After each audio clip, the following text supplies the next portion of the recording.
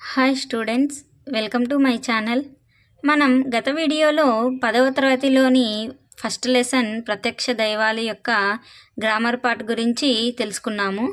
ఈ వీడియోలో second lesson బతుకు గంపలోని భాషాంశాలు, పదజాలం, వ్యాకరణాంశాల గురించి తెలుసుకుందాము. ముందుగా భాషాంశాలు, పదజాలం గురించి తెలుసుకుందాము. ఆ రోమన్ కింది వాక్యాలలో ఎరుపు రంగులో ఉన్న పదాలకు అర్థాలు రాసి వాటికి సొంత వాక్యాలు రాయండి అని ఇచ్చారు. ఫస్ట్ వన్, అతిథికి ఏ వెలితి లేకుండా చూసుకోవాలి. ఇక్కడ వెలితి అనేది ఎరుపు రంగులో ఉంది. దీనికి అర్థము వెలితి అంటే తక్కువ. దీనికి సొంత వాక్యం మహాత్ములను ఎప్పుడూ తక్కువ అంచనా వేయరాదు. నెక్స్ట్ సెకండ్ వన్, నిరాశ్రయులకు ఆశ్రయం ఇచ్చి కాపాడడం మన ధర్మం. ఇక్కడ ఆశ్రయం అనేది మనకు ఎరుపు రంగులో ఇచ్చారు. దీని అర్థము ఆధారం. దీనికి సొంత వాక్యం జీవులకు నీరే ప్రాణాధారం. నెక్స్ట్ థర్డ్ వన్, రవి పొద్దస్తమానం క్రికెట్ ఆడుతున్నాడు. ఇక్కడ పొద్దస్తమానం అనేది ఎరుపు రంగులో ఇచ్చారు కాబట్టి పొద్దస్తమానంకి అర్థము ఎప్పుడు. దీనికి సొంత వాక్యం విద్యార్థులు ఎప్పుడూ అబద్ధం ఆడరాదు. నెక్స్ట్ ఫోర్త్ వన్, తుఫాను బీభత్సం నుంచి ప్రజలు ఇప్పుడిప్పుడే స్థిమితపడుతున్నారు. ఇక్కడ స్థిమితపడు అనే దానికి అర్థం రాయాలి. స్థిమితపడు అంటే అర్థం కుదుటపడు. దీనికి సొంత వాక్యం రాముకు ఉద్యోగం రావడంతో కుదుటపడ్డాడు. Next fifth one, Mother Teresa దిక్కులేని వారెందరికో సేవలు చేసింది. ఇక్కడ దిక్కు అనే పదానికి అర్థం రాయమన్నారు. దిక్కు అనే పదానికి అర్థము శరణు. సొంత వాక్యం దిక్కులేని వారికి దేవుడే శరణు. నెక్స్ట్ ఆ రోమన్ కింది వాక్యాలు చదివి పర్యాయ పదాలను గుర్తించి రాయండి. మనకిక్కడ కొన్ని సెంటెన్స్ ఇచ్చారు.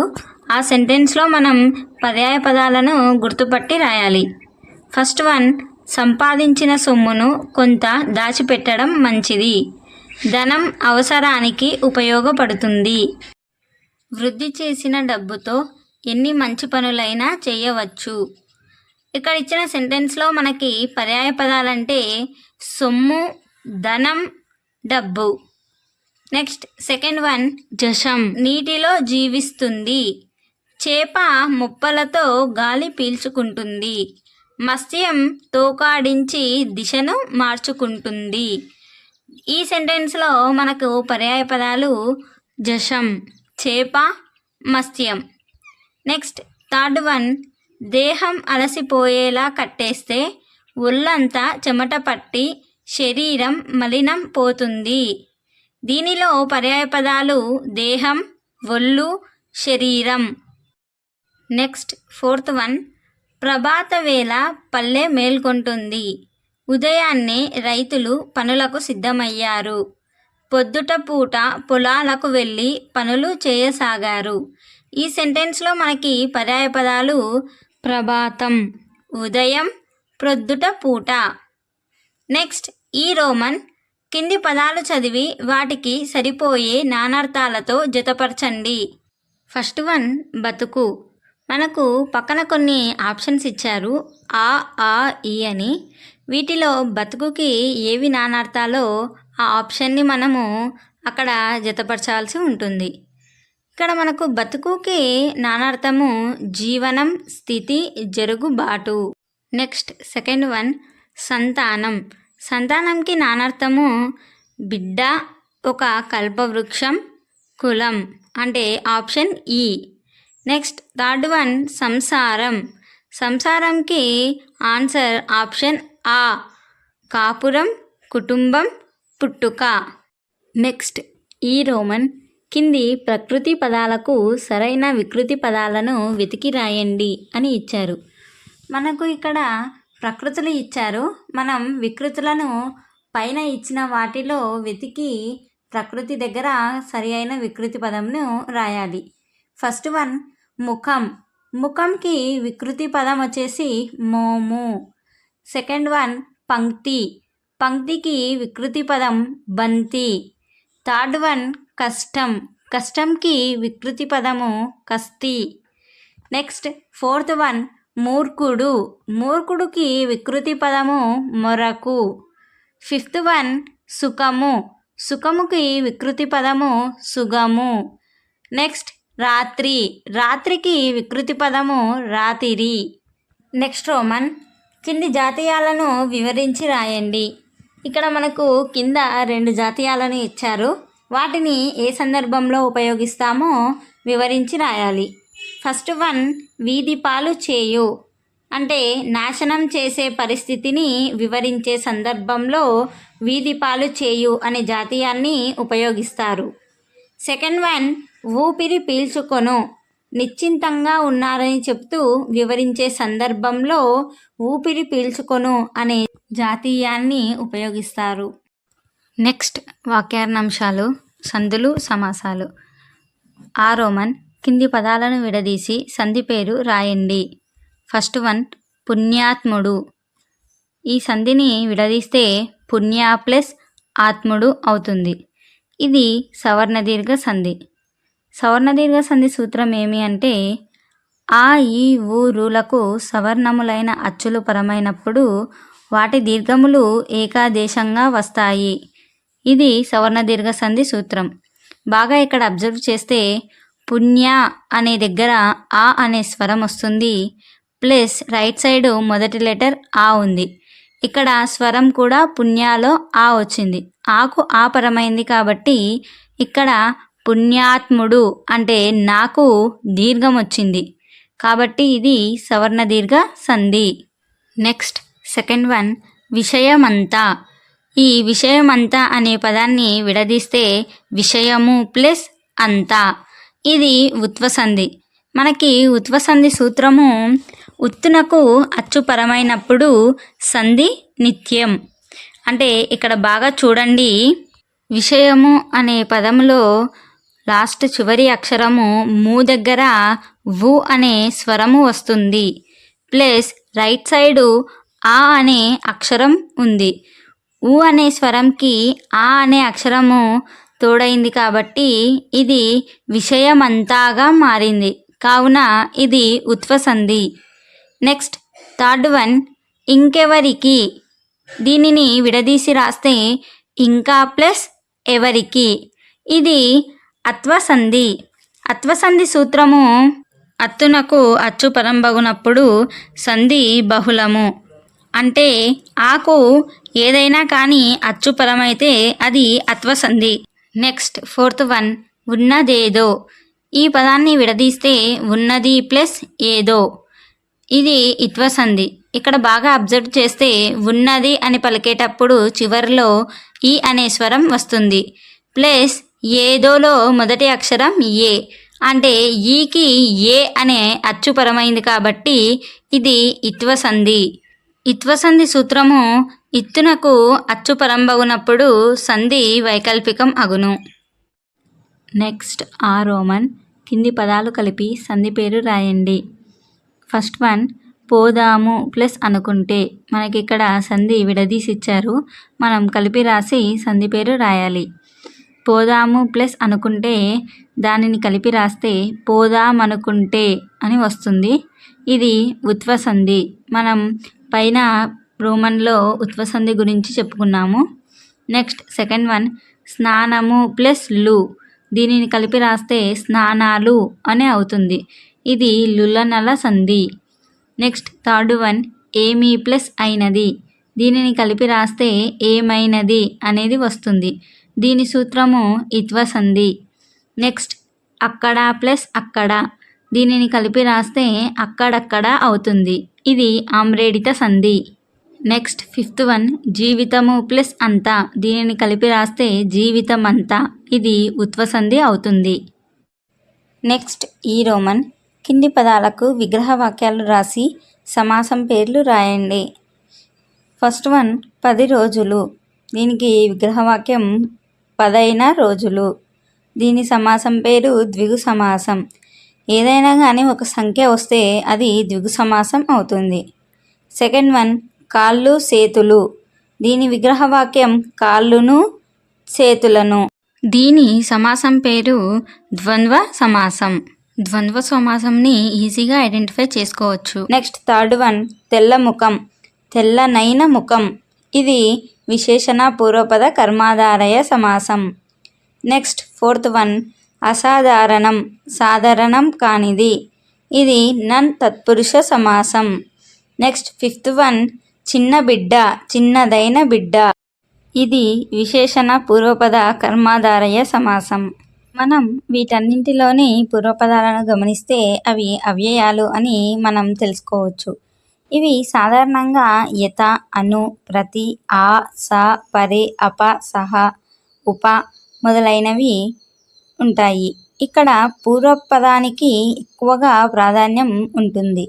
లింగ, వచన, విభక్తులు లేని అవ్యయం పూర్వపదంగా ఉంటుంది. ఈ సమాసంనే మనం అవ్యయీభావ సమాసం అని అంటారు. అవ్యయీభావ సమాసంకి కొన్ని ఉదాహరణలను చూద్దాము. యథావిధి, విధి ఎట్లో అట్లు. నెక్స్ట్ ఆబాల గోపాలం, బాలుర నుండి గోపాలుర వరకు. నెక్స్ట్ అనువర్షం, వర్షమును అనుసరించి. నెక్స్ట్ ఈ రోమన్ కింది సమాస పదాలను వాటి విగ్రహ వాక్యాలను పరిశీలించండి. ఫస్ట్ వన్ అనుకూలం అని ఇచ్చాడు. అనుకూలంని బాగా విగ్రహవాక్యంని మనం అబ్జర్వ్ చేస్తే కులాన్ని అనుసరించి అనేది వస్తుంది. ఇది అవ్యయీభావ సమాసం. ఎందుకు అనంటే ఇది పూర్వపదంకి ఎక్కువగా ప్రాధాన్యం ఉంది కాబట్టి. నెక్స్ట్ యథాశక్తి, శక్తిని అతిక్రమించక అవ్యయీభావ సమాసం. ప్రతి మాసము, మాసము మాసము, ఇది కూడా అవ్యయీభావ సమాసం. ప్రతిదినం, దినము దినము. నెక్స్ట్ ఉపవనం, వనానికి సమీపం. నెక్స్ట్ సిక్స్త్ వన్ సకుటుంబం, కుటుంబంతో సహా. ఇవన్నీ కూడా అవ్యయీభావ సమాసం కిందికే వస్తాయి. నెక్స్ట్ అలంకారాలు. మనకి ఇక్కడ చేకానుప్రాస అలంకారం గురించి ఇచ్చారు. దాని గురించి పూర్తిగా తెలుసుకుందాము. ఫస్ట్ది నేడు ధర బాగా పెరిగిపోతుంది. సెకండ్ది ఈ 7 రోజుల పాటు వ్రతం చేయాలి అని ఇచ్చారు. పైన 2 వాక్యాలలో బాగా అబ్జర్వ్ చేయండి. ఫస్ట్ దాంట్లో ధర అని, సెకండ్ దాంట్లో 7 అని సమాన వర్ణాలు గల పదాలు పక్కనే ఉన్నాయి. అంటే సమాన వర్ణాలు గల పదాలు అర్థభేదం కలిగి అంటే వెంటనే ప్రయోగిస్తే దానిని చేకానుప్రాస అలంకారం అని అంటారు. అందుకే ఇది నేడు ధర బాగా పెరిగిపోతుంది అంటే ధర అనే 2 సమాన అర్థాలు గల పదాలు వెంటనే అర్థభేదంతో ప్రయోగించారు కాబట్టి ఇది చేకానుప్రాస అలంకారం. అలాగే ఈ 7 రోజుల పాటు వ్రతం చెయ్యాలి అనే ఈ వాక్యంలో కూడా 7 అనే సమానంగా ఉన్న అర్థాలు గల పదాలు వెంటనే అర్థభేదంతోనే ప్రయోగించారు కాబట్టి ఈ వాక్యం కూడా చేకానుప్రాస అలంకారమే అవుతుంది. నెక్స్ట్ ఊరోమన్ కింది వాక్యాల్లో ఉన్న అలంకారాన్ని గుర్తించి లక్షణం రాయండి అని అన్నారు. ఫస్ట్ వన్ గోరువంక వంక చూసెను. ఈ వాక్యంలో బాగా అబ్జర్వ్ చేస్తే వంక అనే 2 సమానమైన అక్షరాలు ఉన్న పదాలు పక్కనే వచ్చాయి అంటే అర్థభేదంతో ఉన్నాయి కనుక ఇది కూడా చేకానుప్రాస అలంకారం. నెక్స్ట్ సెకండ్ వన్ సమస్యల సాధనకు నారీ బిగించింది. ఈ వాక్యంలో కూడా నారీ అని సమాన అర్థం గల పదాలు అర్థభేదంతో వెంటనే పక్కనే వచ్చినాయి కాబట్టి ఇది కూడా చేకానుప్రాస అలంకారం అవుతుంది. నెక్స్ట్ థర్డ్ వన్ సుందర దరహాస రుచులు. ఈ వాక్యంలో ధర అనే 2 సమానమైన పదాల గల అక్షరాలు పక్కనే అర్థభేదంతోనే ఉన్నాయి కనుక ఇది కూడా చేకానుప్రాస అలంకారమే అవుతుంది. నెక్స్ట్ ఫోర్త్ వన్ రాజా నీది శుభంకరకరం. ఈ వాక్యంలో కూడా కరం అనే 2 సమానమైన అక్షరాలు కలిగిన పదాలు పక్కనే అర్థభేదంతోనే కలిసి ఉన్నాయి కావున ఇది కూడా చేకానుప్రాస అలంకారమే అవుతుంది. నెక్స్ట్ ఫిఫ్త్ వన్ ఆ కొమ్మ కొమ్మ వంచి పూలు కోసెను. ఈ వాక్యంలో కూడా కొమ్మ కొమ్మ అనే సమాన అర్థాలు కలిగిన అక్షరాల పదాలు పక్కపక్కనే అదే అర్థభేదంతోనే వచ్చినాయి. కాబట్టి ఇది కూడా చేకానుప్రాస అలంకారమే అవుతుంది. నెక్స్ట్ ఈ రోమన్ కింది కర్తరీ వాక్యాలను కర్మణీ వాక్యాలుగా మార్చి రాయండి అని అన్నారు. అంటే వాళ్ళు మనకి కొన్ని కర్తరీ వాక్యాలను ఇచ్చారు, మనం వాటిని కర్మణీ వాక్యాలుగా మార్చి రాయాలి. ఫస్ట్ వన్, ఎల్లమ్మ పండ్లను అమ్మింది. ఇది కర్తరీ వాక్యం. ఈ కర్తరీ వాక్యాన్ని కర్మణీ వాక్యంగా మార్చినప్పుడు పండ్లు ఎల్లమ్మ చేత అమ్మబడినవి అని వస్తుంది. నెక్స్ట్ సెకండ్ వన్, ఆమె బిడ్డను చదివించింది. ఈ వాక్యాన్ని కర్మణీ వాక్యంలోకి మారిస్తే బిడ్డ ఆమె చేత చదివించబడింది అని వస్తుంది. నెక్స్ట్ థర్డ్ వన్, వైద్యుడు వైద్యం చేశాడు. ఈ వాక్యాన్ని కర్మణీ వాక్యంగా మారిస్తే వైద్యం వైద్యుడి చేత చేయబడింది అని వస్తుంది. నెక్స్ట్ ఫోర్త్ వన్, అతడు కండక్టర్ ఉద్యోగం చేశాడు. దీనిని కర్మణీ వాక్యంలోకి మారిస్తే కండక్టర్ ఉద్యోగం అతని చేత చేయబడింది అని వస్తుంది. నెక్స్ట్ ఫిఫ్త్ వన్, వారు పిల్లవాడిని కాపాడారు. దీనిని కర్మణీ వాక్యంలోకి మారిస్తే పిల్లవాడు వారి చేత కాపాడబడ్డాడు అని వస్తుంది. ఇవి కర్తరీ కర్మణీ వాక్యాలు. నెక్స్ట్ రోమన్ కింది వాక్యాలు చదివి అవి ఏ రకమైన వాక్యాలో రాయండి అని అన్నారు. ఫస్ట్ వన్, అతడికి మంచి జరుగుగాక. అంటే ఇది మనం ఒకరిని దీవిస్తున్నట్టుగా ఉంది కాబట్టి ఇది ఆశీర్వాదక వాక్యం అవుతుంది. సెకండ్ వన్, ఇటువైపు నీవు రావద్దు. అంటే అతడు ఇటువైపు వస్తూ ఉంటే మనము వ్యతిరేకంగా ఇటువైపు రావద్దు అని అంటున్నాము కాబట్టి ఇది వ్యతిరేకార్థక వాక్యం అవుతుంది. నెక్స్ట్ థర్డ్ వన్, ఎల్లమ్మ ఆ పని చేయగలదు. ఇది ఆమె యొక్క సామర్థ్యం గురించి మనం తెలియజేస్తూ ఉన్నాం. అంటే ఆమెకి అంత సామర్థ్యం ఉంది, ఏదైనా కానీ ఆ పని చేయగలదు అని ఉంది కాబట్టి అక్కడ సామర్థ్యార్థక వాక్యం వస్తుంది. నెక్స్ట్ ఫోర్త్ వన్, మీరు మా ఇంటికి రావచ్చు. అంటే మనం అనుమతిని ఇస్తున్నాము, ఓకే మీరు మా ఇంటికి రండి అని చెప్తున్నాం కాబట్టి ఇది అనుమత్యర్థక వాక్యం అవుతుంది. నెక్స్ట్ 10 రోజులుగా నీవు ఎక్కడికి వెళ్ళావు. అంటే మనం ఇక్కడ క్వశ్చనింగ్ ఫామ్ అవుతుంది, అంటే క్వశ్చన్ అడుగుతున్నాము, అందుకే సెంటెన్స్ చివర కూడా క్వశ్చన్ మార్క్ ఉంది కాబట్టి ఇది ప్రశ్నార్థక వాక్యం అవుతుంది. నెక్స్ట్ సిక్స్త్ వన్, అందరూ బడికి వెళ్ళండి. ఇది విద్యార్థక వాక్యం అవుతుంది. అంటే మనం చెప్తూ ఉన్నాము, ఓకే మీరందరూ ఈ పని చేయాల్సిందే అని, కాబట్టి అది విద్యార్థక వాక్యం అవుతుంది. ఓకే స్టూడెంట్స్, ఈ వీడియోలో మనం బతుకుగంప పాఠంలోని వ్యాకరణాంశాలు, భాషాంశాలు, పదజాలం గురించి తెలుసుకున్నాము. నెక్స్ట్ వీడియోలో థర్డ్ లెసన్ యొక్క గ్రామర్ పార్ట్ గురించి తెలుసుకుందాము. ఈ వీడియో మీకు నచ్చినట్లయితే లైక్ చేయండి మరియు సబ్స్క్రైబ్ చేసుకోండి. Thanks for watching this video.